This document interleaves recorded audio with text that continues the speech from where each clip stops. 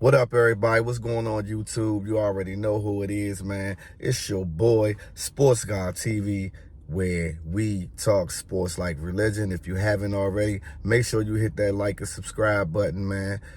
Click on that notification bell so you could get notified when I upload. Share the content, jump in the comments. Let's get it cracking. Yes, sir. So week number 4 is in the books, which was a good week. If you followed along, I went 3-1 as far as my picks go. I'm going to run through those real quick, and then I'm going to give you my picks on the major 4 games that I chose for week number 5. Starting out with the Detroit Lions versus the Green Bay Packers. I had the Lions to cover the spread, which was 2.5 point spread. The Lions ended up winning 34-20. They were up 27-3 at half. They dominated the Green Bay Packers in Lambeau Field. David Montgomery showed out, 32 carries, 121 yards, and 3 rushing TDs. The Detroit Lions looking like that division will be theirs this year. The next game I had the Philadelphia Eagles. There was no line up at the time when I made the pick, versus the Commanders. Probably one of the most exciting games of week number 4. The Commanders were up at one point 17-3, ended up being 17-10 at the half, and that game went into overtime. Last minute field goal by Philadelphia to put the Eagles ahead for good.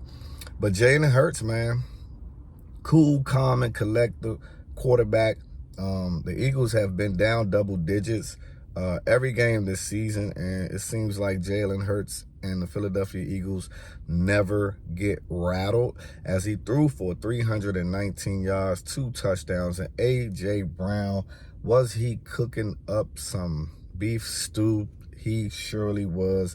And he got up after my rookie, man. He got after Emmanuel Forbes, our number 1 pick. He had 9 receptions for 175 and 2 touchdowns.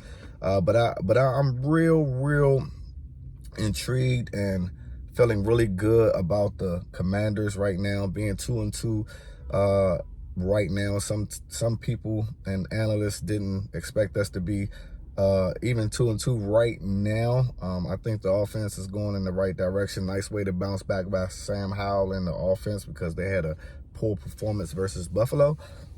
Chicago coming up this weekend, and I'll get into that later. But the Eagles did cover. Another one was the Buffalo Bills versus the Miami Dolphins. Now, the Bills also covered the spread, and they actually handed the Buffalo Bills, the Miami Dolphins, a really bad loss. After the 70-point game that the Dolphins had versus the Broncos, I said in my video that can almost certainly know that they're not putting up no 70 points against no daggone Buffalo Bills. And the Bills rolled at home. Josh Allen looked like he was in MVP form, threw for 320, 4 TDs, no interceptions. And Stephon Diggs added 6 receptions for $120 and 3 trips to the end zone. Looks like that off season and last season type of stuff that Diggs was, expressing his frustration with certain things. Looks like him and Josh Allen is on the same page, and that connection is a deadly one. The only loss that I had for week number 4 was the Saints versus the Bucks, and I just thought the Saints had enough. They were getting Kamara back. And their defense is really tough. They were at home. Every sign pointed to the Saints getting the victory. But Baker Mayfield showed me otherwise. That is why it's the National Football League. You never know what's going to happen. Baker Mayfield threw for 246, 3 touchdowns, 1 INT, as the Tampa Bay Buccaneers whipped up on the Saints 26-9 at the Dome. Now, week number 5, starting out with my Commanders on Thursday night. Rematch from last year, which was a pretty ugly game, but was won by the Commanders last year versus the Chicago Bears. Now, the Chicago Bears are 0-4 coming into Landover, and the Commanders are 2-2, and the Commanders are favored by a touchdown. And I'm going to roll with the Commanders in this game. I think that they're heading in the right direction, and the way their schedule is lined up, they could easily win the next 3 games. Now, I'm not saying easily as if, it's expected, but they can reel off 3 straight wins and end up being 5-2. Starting with the Chicago Bears, Justin Fields is always a threat. He had a great game last week in a tough loss versus the Broncos. But I expect the Commanders to cover the 6.5 spread at home versus the Chicago Bears.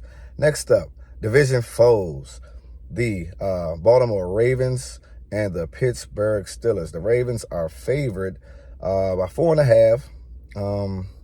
The Steelers, man, took a tough loss last week. I mean, the Houston Texans, that loss was embarrassing for Pittsburgh. They put up 3 points.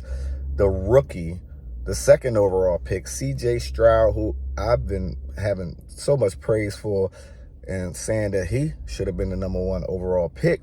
And he's showing why, and he has a good command of that offense, and that team is playing hard under DeMeco Ryans. But I have the Ravens. The Ravens are 3-1, and the Steelers are 2-2. They are back in Pittsburgh. I think this is going to be a slugfest division game between the Ravens and Steelers. Always be a tough one, but at the same time, I'm going to take Lamar Jackson and Jim Harbaugh and the Baltimore Ravens to cover the spread. The game of the week, I should say, is the Dallas Cowboys versus the San Francisco 49ers. The Dallas Cowboys come into town 3-1. San Francisco is undefeated. One of 2 teams that's undefeated. They are 4-0, and they are 4-point favorite. And as they should be a favorite, the line seems fair. This game could easily go down to a last-minute field goal. It can easily turn around and be a blowout as well, depending on turnover margin, turnover battle. Both defenses are really, really, really great defenses. And offensively, Dak has shown to, throw interceptions here and there. And Purdy has actually taken care of the ball. But I could see this game going either way, but I'm going to roll with the home team, San Francisco, to cover the 4-point spread. And then last but not least, I just spoke about them earlier. The Philadelphia Eagles are traveling into LA territory. The LA Rams, the Eagles are the last team undefeated, 4-0. And the Rams are 2-2. Matt Stafford and company is actually surpassing expectations because, with all the movement and all the pieces that they have lost and things of that nature, after winning the Super Bowl, a lot of people have not given them a fair shake. But Sean McVay has got these guys rolling in the right direction. Even though they're 2-2, they're very competitive. I expect it to be a close game considering the atmosphere and everything like that, but I'm sure the Eagle fans will travel heavy. So though they won't, pack their stadium out, it still will seem like some type of home field advantage for them. I expect Jalen Hurts and company to cover the 4.5 point spread. that Vegas has them. What do you guys think, man? How was week number 4 for you?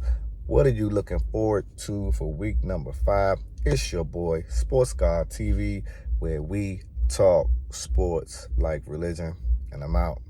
Till the next time.